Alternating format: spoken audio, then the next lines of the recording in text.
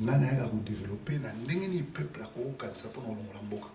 Nayaka te mpona kokritike bato, nayaka te mpona kosavone bato, nayaka te mpona kolakisaki nazali contre motu to nazali achete to naza lokola bajournaliste mosusu oyo bino kozomona na bamboka nyonso tu bazotambola baa bacorrompi, bazali bato oyo bazo baverité te, bazali bato oyo basombami, bazali bato oyo bazali bongo baincivique oyo lelo bazali kokotela bato bazoboma biso, bato bazoboma be na biso te. Proverbe 30 ayaka kofungola peuple miso koyebisa vérité na makambo ezoleka na mboka oyo te makambo nyonso tu eleka na kimia. Alors bana mboka nayebisi bino ke ezali très grave le 19 décembre Kabila alingalinga te tobenga na ye parce que azali criminel rwandais oyo asali bacrime ebele na mboka oyo abomisi bakongolais ebele oyo asali mabe ebele esengeli biso bana mboka tobenga na ye. Donc ngai na ye awa koyebisa rassemblement ke totindaki bino jamais bokende konégocier Kabila atikala une année 30 minutes ou 40 minutes après le 19. Kabila c'est un criminel ou abomi ebele. Kabila asali haute trahison akotisi l'étranger na mboka na biso. Kabila a bafoué ba Congolais, a niati biso, a yibi biso, na mabele na mbongo. Azokotisa ba Rwandais na Est ya Congo tisiko ba bomaka. Imaginez-vous na Kinshasa, azo préparé ba soldats pour ba se découdre na population. Abimisi ba danki, ba tracteurs, ba chars de combat, ba soldats étrangers, ba mercenaires na bamboa.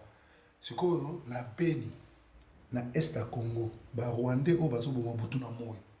Pona nini abimisaka ba muscle wana te. Alors, eza simple mutu wana za Congolais te aza ennemi ya Congo. Bon, mutu azo trahir mboka ndenge wana. Mutu a bloqué ba institution ndenge wana. Nde mutu bino bokende na ye lisusu na dialogue. Non, Kabila a échoué. Kabila a trahi le Congo. Kabila a influencé le Congo et puis il a fait entrer les Rwandais et les occupants chez nous. Kabila a tué les Congolais. Kabila doit payer. Donc, bana mboka, bison sto telema le 19, tobenga na Kabila. Ba jeune à Kinshasa, ba jeune à Tchangu ya wapi, bino bat bozo souffrir na système oyo. Azwaka ba Rwandais, azotinda bango na Amérique, na France, na Belgique, na Hollande, na Germany, na Angleterre, ba kotanga na ba université monene. Mais bino ba Congolais réduisa bino bote kamaki, bosala ba ina, beaucoup ma ba bina, beaucoup ma ba sous-peuple. Entre-temps, mbongo na biso ya Congo azokaba, mbongo na biso ya Congo ba pays étranger bato bazomonela ngo. Alors bandeko na nga ezali devoir moko sacré kobenga na Kabila parce que Kabila à lui seul aza na sima na ye na Congolais na 18 millions de morts. Pe monde entier, communauté internationale balingi ete pour azwin kita Congo ateki pe azoboma ba Congolais, azonyokola ba Congolais. Bozolanda ba défection ezosalama na ba juge na ye na ba ministre na ye parce que azali le président le plus corrompu, pas le seul président dans le monde où yasomba ba minduki pour aboma population oyo ya koza président na bango. Azo mérité pe oza président te pour azana conscient intellectuel moins 5 aza mayele mingi te. Mais azali makasi na koboma pe ko détruire.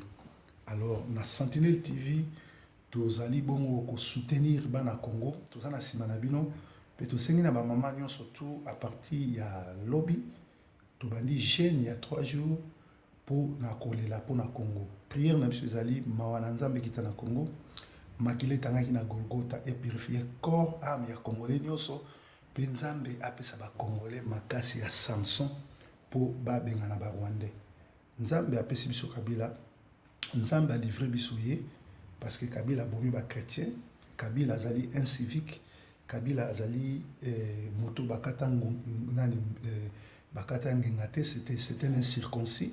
Kabila sambela ngombe pona ba Kabila bazali ba tuti oyo balingaka ba bantu te. Yango mona zo sala ba massacre et puis c'est un illuminati. Ouais Nzambe te. Yango moni ezali devoir sacré ya biso bana Congo tosila na mutu oyo akoti na mboka na biso azoboma azodétruire azobebisa azoniata nkita na biso. donc moto nyonso tu oyo akoya na idée bien na makanisi bien na ndoto ke Kabila akotikala so président après ali 19 tokokutana na ye mpe tokosilana na ye ngonga ngoyo nzambe apesi biso Kabila tobenga Kabila. Congo eza mboka na biso ale moloto alobaki totika kolelalela ntango ekomi ya kosasa ya kopapa ngonga ngo nzambe alivre biso Kabila tokobima le 19 na force oyo nzambe apesi biso po tobotola bainstitution mpe histoire nesila peuple aza mokonzi. Article 64 ya constitution ezosenga na citoyen congolais nyonso azwa possession ya mboka na ye azwa contrôle ya mboka na ye soki groupe ya bato babotoli pouvoir to balingi kozwa pouvoir na makasi congolais il faut abotola pouvoir wana mpe alibere mboka na ye. Bolanda bato anerte aner etie mbongo ebele epesi bajournaliste epesi bato ya ba YouTube po bakosa po baloba n'importe quoi po ete bana Congo balemba. Mais sango susu malamu na ba Senko balobi réunion nyonso tu ezoleka kuna na dialogue et bana kozala retransmis après journal il y a 22h na RTNC. RTNC oyo komi chaîne spéciale to chaîne ya Kabila ya ba Rwandais elobaka lokuta ezomenacer ba jeune ezo ko décourager ba jeune ko menacer bango ke mutu nyonso to akobima bakoboma ye. Tokokende na puissance ya nkolo parce que mboka wana eza ya Kabila te mboka wana eza ba Rwandais te mboka wana eza ya Yesu et puis Yesu alingi mboka wana eza libéré parce que ba chrétien bakufi mingi. Alors nzambe na nga amona bino nzambe na nga apambola bino bozali bongo na Sentinelle TV tozoleka pe na Soft 15 TV tozoleka pe epai ya la bouche autorisée pe na Congo Flash. Breaking news awa Yesu azaka nkolo. Breaking news Yesu nkolo.